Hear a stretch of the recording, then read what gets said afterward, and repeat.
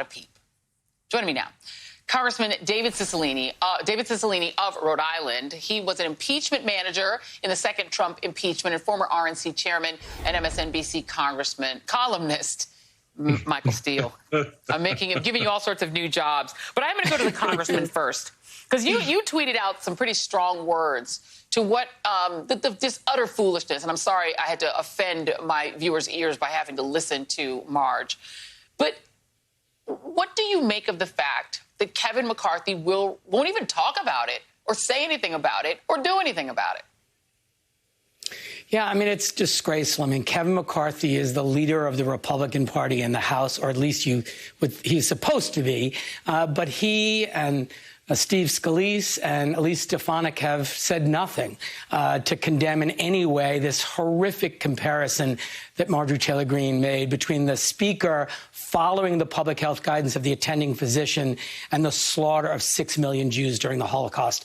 This is one more example of anti-Semitic comments from Marjorie Taylor Greene. And Kevin McCarthy and the Republican leadership in the House seem to be fine with that. They haven't criticized her in any way, suggested she should apologize, expelled her from the Republican caucus. And it's disgraceful. And, she is now the voice and the leader of the Republican Party in the House. And that's just a fact.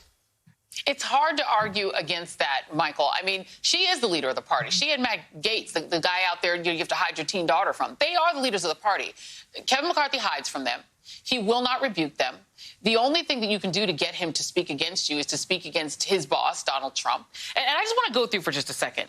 Kevin McCarthy has allowed all of this stuff to happen. He's allowed Marjorie Greene's staffer to scream at a congressman. Normally, staff don't go up to a congressman, even talk to them.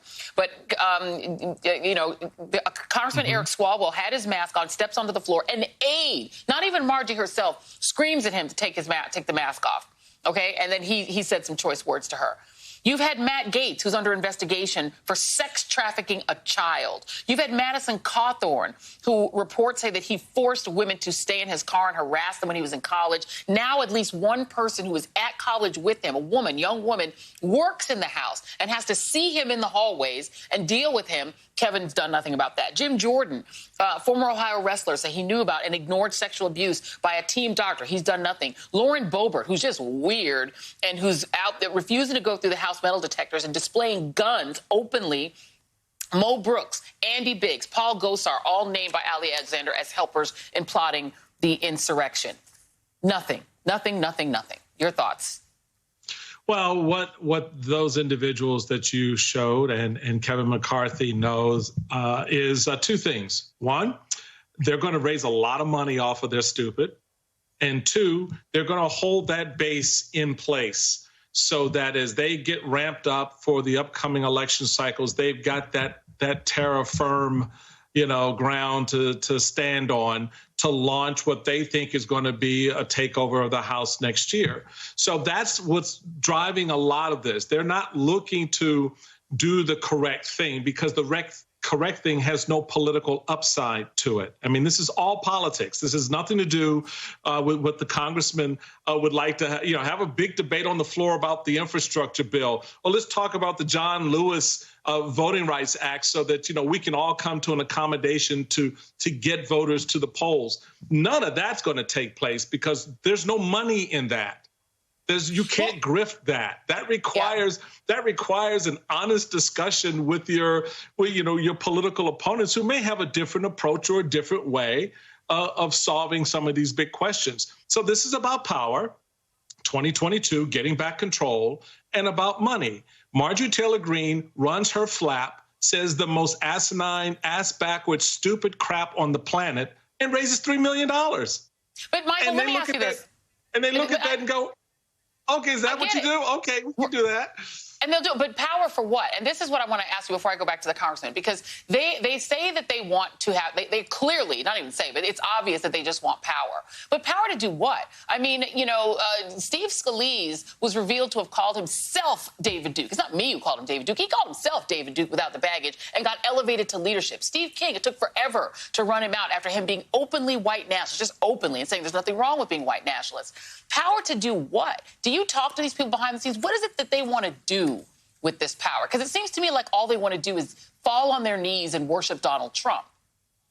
Well, that's all they can do right now. But you've got a running narrative going back to 2012 at least, where you know once you grab control of the House and you start that process and go down the road. Okay, so what's your health care plan? What's your infrastructure plan? Remember, it was infrastructure week for almost 2 years, right? So what are the big items that you philosophically want to moor yourself to go and have a conversation with the American people? Tell me what that is. There isn't none. But what they do know is that having that power allows them to do a couple of things. One, if you're Mitch McConnell, you get to put forward Senate judicial nominees, right? And if you're Kevin McCarthy, you can finally achieve your boyhood dream and become Speaker of the House. To what end? There is no policy objective here. So having that power really is about then what? The grift. There's more money to be made when you have that power. It's a self-fulfilling cycle.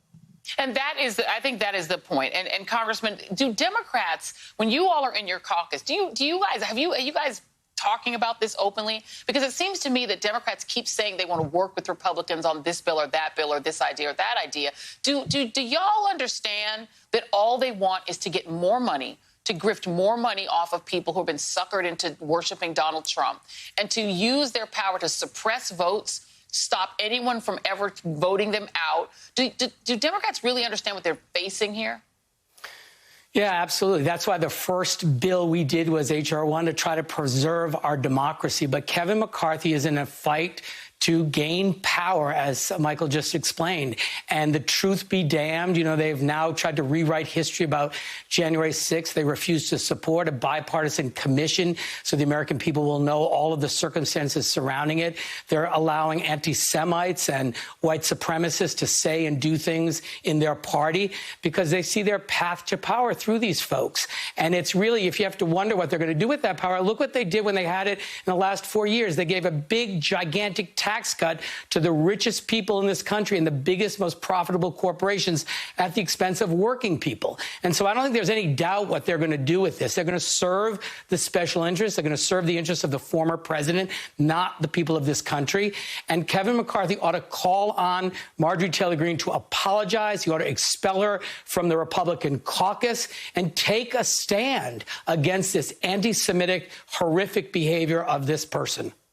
And he's not going to do that, Michael. He's not going to do that. He's not going to do it. I mean, you've got Rand Paul on the other side, on the Senate side, saying, I'm not going to get vaccinated. They can't even control their own members.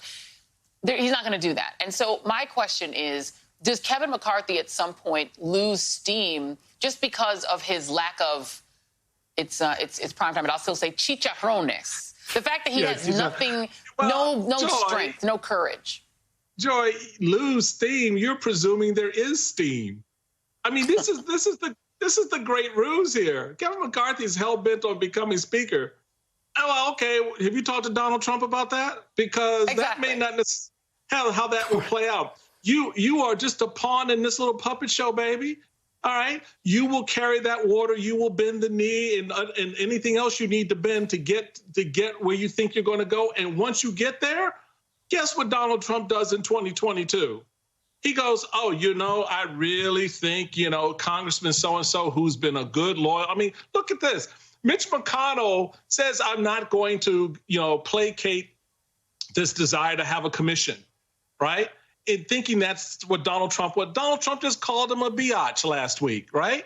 I mean, there's no win here for these guys. That's the part that is so mind-numbingly stupid, is that there is no upside. You're doing all of this to what end? The country suffers, the party is decimated, and you look like a fool, or better put, an ass.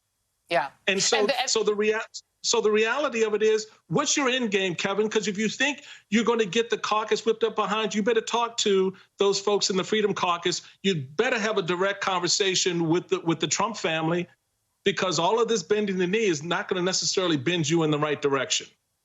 And Congressman, I guess I'll give you the last word on this, because as you see the Republican Party morph closer to open white nationalism, racism, anti-democratic activity, basically throwing the idea of democracy out the window, and this open anti-Semitism, that's not a political party, right? It's something fascistic, but it's not a political party.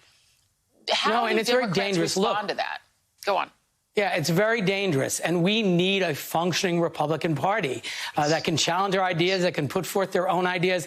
This is a party now being controlled by people like Marjorie Taylor Greene and the former president. That is not a party with a vision for the country, and it's ultimately going to self-destruct. In the meantime, we're going to keep fighting to respond to this pandemic, to respond to the economic devastation it's caused, to show to the American people there's at least one political party that's paying attention to the needs of the American people and offering real solutions.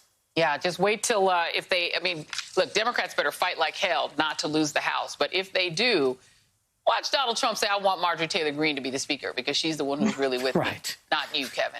Because, Kevin, no one respects you, not even the orange guy. Nobody. That's right.